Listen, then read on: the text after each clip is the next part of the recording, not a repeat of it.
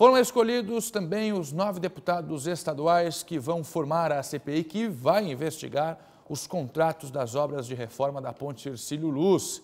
A estrutura está interditada há mais de 27 anos e já foram investidos por lá 435 milhões de reais, de acordo com o Ministério Público, nesta reforma que não termina nunca. Deveria ter sido entregue, inclusive, em dezembro passado. Não foi. Vamos ver agora os deputados que vão integrar esta CPI. Bruno de Souza, João Amin, Gessé Lopes, também o Sargento Lima, Fernando Krelin, Jerry Comper, Luciane Carminati, Marcos Vieira e Kennedy Nunes. E agora, depois desse processo, os nomes serão lidos em plenário para que sejam definidos presidente e relator da CPI, e aí começa o trabalho de investigação, que é ouvir antigos gestores, antigos engenheiros, pessoas ligadas aos contratos. E um dos pontos que devem ser esclarecidos nesta CPI, Prisco, são as contratações feitas sem licitação, o que teria acontecido e que deve ser apurado pela CPI na Assembleia Legislativa. Oi, Prisco, boa tarde. Boa tarde. Em matéria de CPI, Fernando, a Assembleia começou em ritmo acelerado. Essa foi a primeira. Ontem já o deputado do PSB, faltou o nome dele agora. Bruno de Souza? Não, o outro, ex-prefeito de Timbó, começou a colher assinaturas para uma CPI destinada a investigar também a questão das isenções fiscais. Pois é, e este também é o nosso assunto agora aqui no SBT Meio-Dia. Vou aproveitar a participação do Prisco aqui. Só para fechar, essa CPI da Hercílio Luz vai dar o que falar, né, Prisco? Vai dar o que falar, porque efetivamente é um longo período de ponte interditada, mas nesse período irrigaram recursos de toda a ordem naquela ponte, com poucos avanços. Os avanços mais efetivos foram verificados agora recentemente, nos últimos anos. Mas anteriormente, aquilo ali foi uma forma de ter bancado aí algumas boas campanhas eleitorais. Vamos ver o que essa CPI vai investigar então. O Prisco falou do ICMS, isenção fiscal. Este foi um assunto, você deve estar pensando agora, não quero saber de imposto, mais imposto. O que é ICMS? Preste atenção, porque já a gente vai mostrar uma reportagem de como essas isenções, se forem cortadas pelo governo, pode afetar no seu dia a dia. Até o valor do pãozinho de trigo pode mudar, então preste atenção. Porque o governador Carlos Moisés, Prisco, levou este assunto para Brasília. A situação de um possível atraso nos salários dos servidores, e foi o assunto lá no Fórum dos Governadores em Brasília. E o governador, Prisco, voltou a afirmar que o Estado corre sim o risco de atrasar salário por causa da situação financeira. Vamos assistir um trechinho. Santa Catarina hoje já tem dificuldade em aprovisionar o 13º salário dos servidores, não fez isso em janeiro, não fará em fevereiro, então necessariamente tem que fazer em março, sob pena de não conseguir pagar o 13º salário. E também nós temos dificuldade para os próximos meses com a folha de pagamento. Esses assuntos têm que ser discutidos abertamente com a sociedade catarinense. Prisco. Recordei o nome do deputado. Pois não. Com a ajuda da Cris.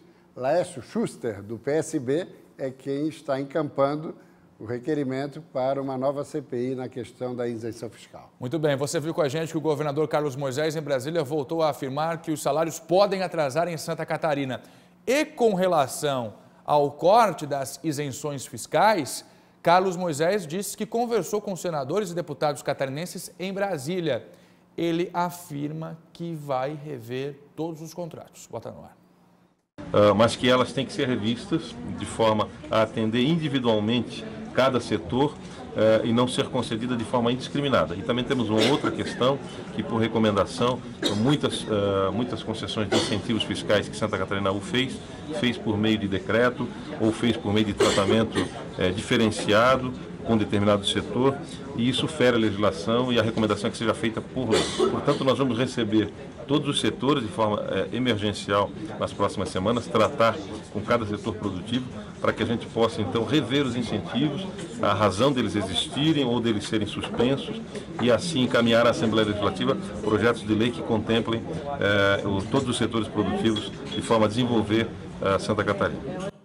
É isso aí, aquilo que nós conversamos ontem aqui na presença de 2 deputados, é fundamental. Primeiro, num lado, transparência, na outra ponta, critério. Há a necessidade de uma postura criteriosa. Não há como privilegiar segmentos da economia, ou especificamente algumas empresas, em detrimento de outros segmentos e de outras empresas. Não é possível que empresas de um mesmo segmento venham a pagar impostos em percentuais distintos, como acontece na questão do querosene. Tem empresa que paga 3% ou 4%, 12% e 17%. Isso não é livre mercado, isso não enseja a competitividade, isso privilegia algumas e prejudica a outras.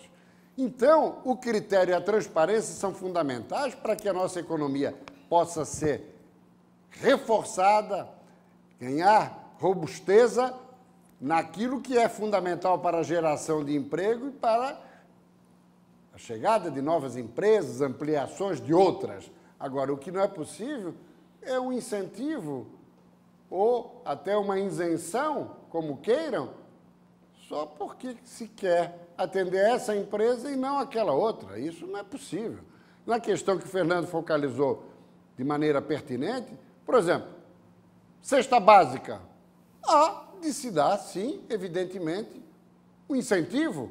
Agora, produtos importados, brincadeira, né, Fernando? Pois é, Prisco, só que essa discussão sobre o corte da isenção fiscal está aí repercutindo no meio empresarial, no governo, na Assembleia Legislativa. Pode falar. Inclusive, o governador colocou naquela primeira sonora que não comentamos a questão relacionada a um risco do governo não pagar salário, que já foi dito aqui na terça-feira passada pelo secretário da Fazenda e que reiterou ontem na Assembleia, ontem ou antes de ontem? Terça-feira. Terça-feira na Assembleia. Então, essa colocação do governador, de um lado, dá sustentação e ganha sintonia no que vem colocando o secretário da Fazenda, de um lado. Do outro, é uma sinalização do governo, não venham os sindicatos reivindicar aumento, porque nós vamos lutar para pagar o salário em dia. E outra, em janeiro não houve provisionamento do 13º, em fevereiro não haverá, mas em março o governo terá que fazer esse provisionamento. Então, também é uma maneira do governador, meu caro Fernando, pressionar a Assembleia para que acabe com boa parte das isenções fiscais. É uma estratégia para emparedar os parlamentares. Agora, ouvindo você comentar, Prisco, me vem na cabeça aqui, como telespectador, como catarinense, é o seguinte, o Paulo Eli, secretário da Fazenda, disse aqui, depois na Assembleia, que tem uma caixa preta a ser descoberta, contratos de gaveta, ou seja, que foram feitos assim, meio que empurrados pela barriga.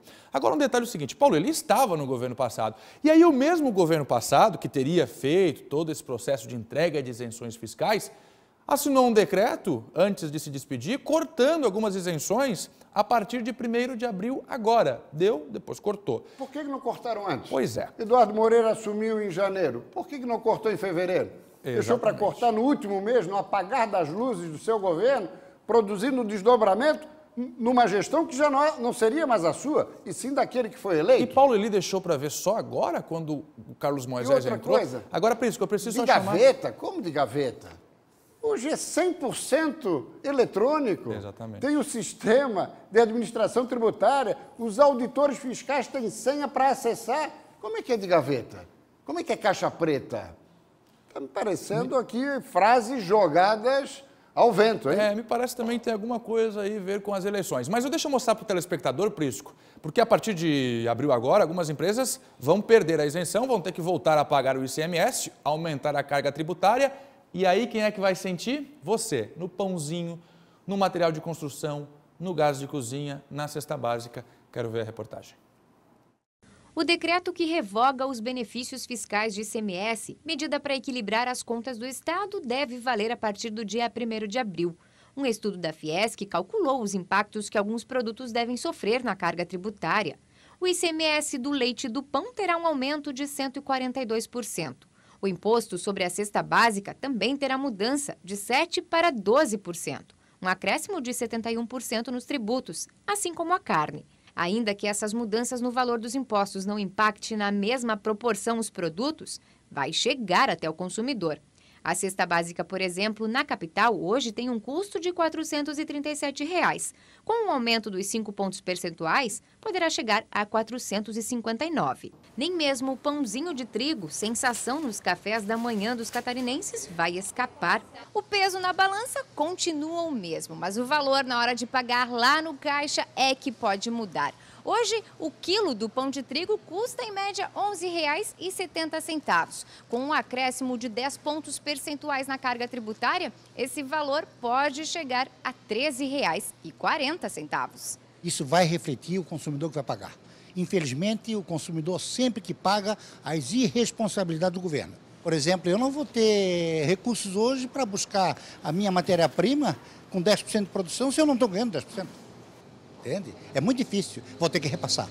Se repassar, encarece. E o peso no bolso vai refletir em vários setores, caso a mudança aconteça. Para quem está pensando em reformar ou construir, as telhas e tijolos, por exemplo, vão ficar mais caros também. Sem competitividade, algumas empresas já pesquisam a compra de produtos em outros estados, com alíquotas melhores para manter os preços. Muitas vezes, para a gente que é do comércio, é mais compensador ou se torna mais barato comprar produtos similares que produzimos em nosso estado. Infelizmente, temos que comprar de outros estados onde a alíquota é menor e onde chega para nós com um preço mais competitivo e onde a gente pode repassar ao consumidor em melhores condições. Impactos no dia a dia. Vamos ver o que vai dar essa história. Vale lembrar que esse assunto todo começou depois de uma entrevista de Paulo Eli aqui no SBT Meio Dia, foi para a Assembleia, foi para Brasília e tudo mais.